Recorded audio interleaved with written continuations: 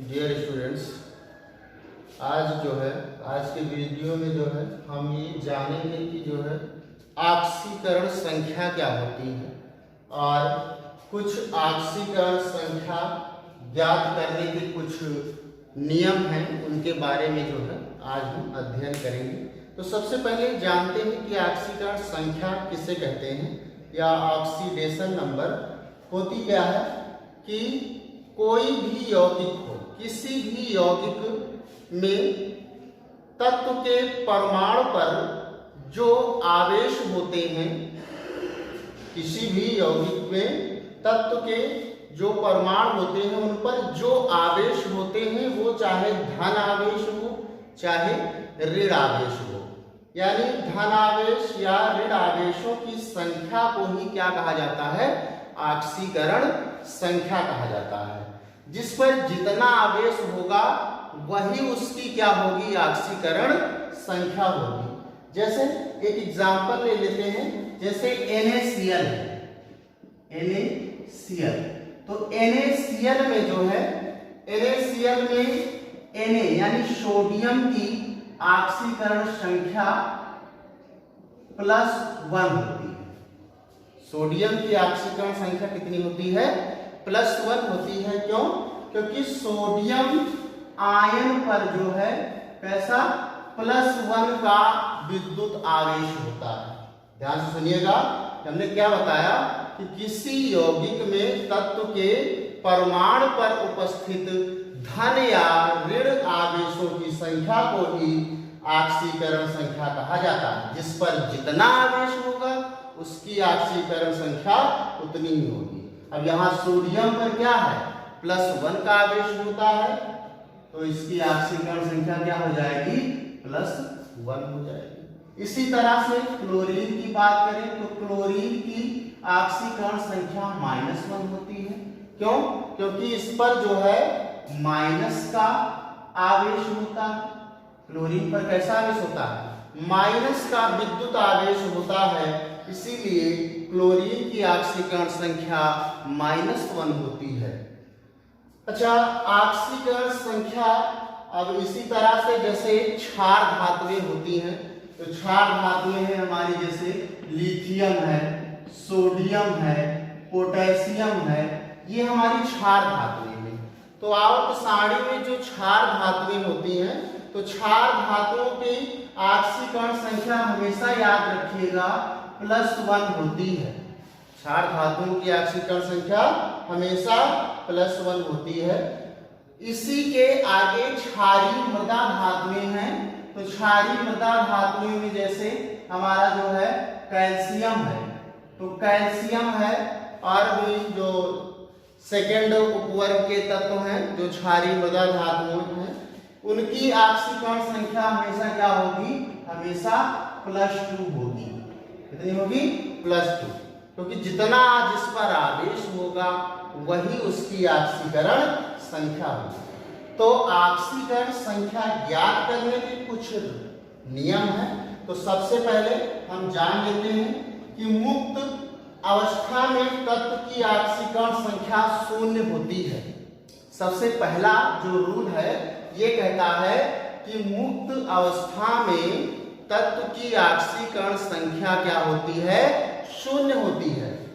तो मुक्त अवस्था में जैसे बात करें H2 की, H2 है, S8 सल्फर और भी कुछ कंपाउंड हैं, जैसे हमारा दिया हुआ है अगला Cl2 है, H2 है, H2 है, Cl2। तो मुक्त अवस्था में तत्व की ऑक्सीकरण संख्या क्या होती है, 0। अब इसमें आपसे हाइड्रोजन की ऑक्सीकरण संख्या पूछे तो 0 होगी, S8 में सल्फर की ऑक्सीकरण संख्या पूछे तो 0 होगी, Cl2 में क्लोरीन की ऑक्सीकरण संख्या पूछे तो क्या होगी, 0 होगी। तो पहला रूल हमारा ये कहता है कि मुक्त अवस्था में तत्व की ऑक्सीकरण संख्या क्या होती है, 0 होती है।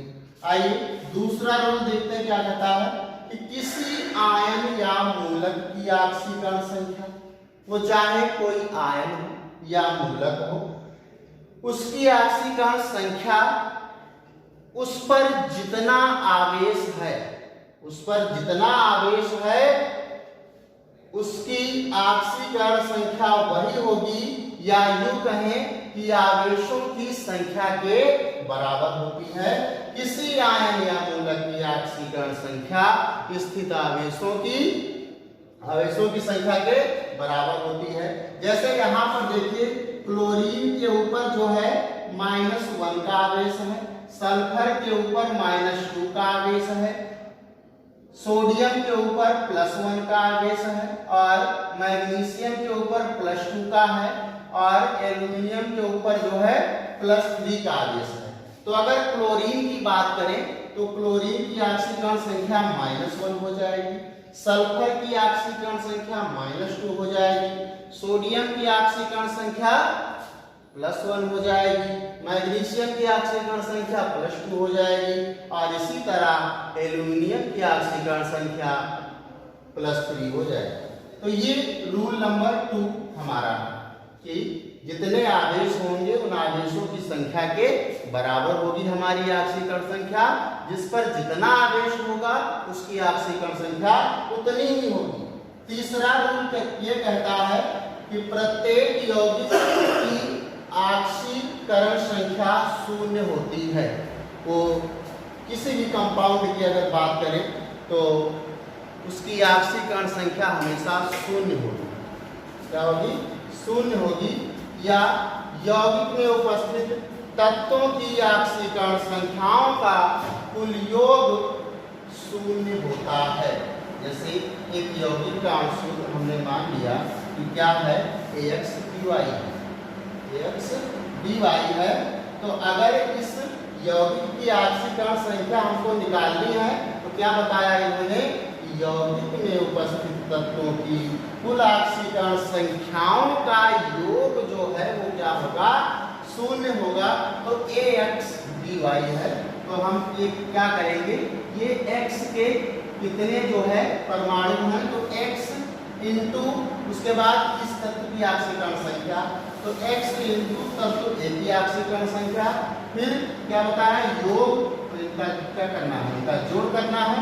तो Y, अब दूसरा है हमारा BY, तो Y परमाणु कितने हैं, मान लीजिए यहाँ Y परमाणु, तो Y इंटू उसके बाद B की आक्सीकरण संख्या हमको लिखना है। इसे एक कंपाउंड दिया है MgCl2, तो MgCl2 में आक्सीकरण संख्या अगर हमको निकालना है तो हम सबसे पहले क्या लिखेंगे कि Mg की आक्सीकरण संख्या, Mg की आक्सीकरण संख्या, उसके बाद योग बता रहे हैं तो योग का मतलब जोड़ होता है, हम जोड़ते चले जाएंगे।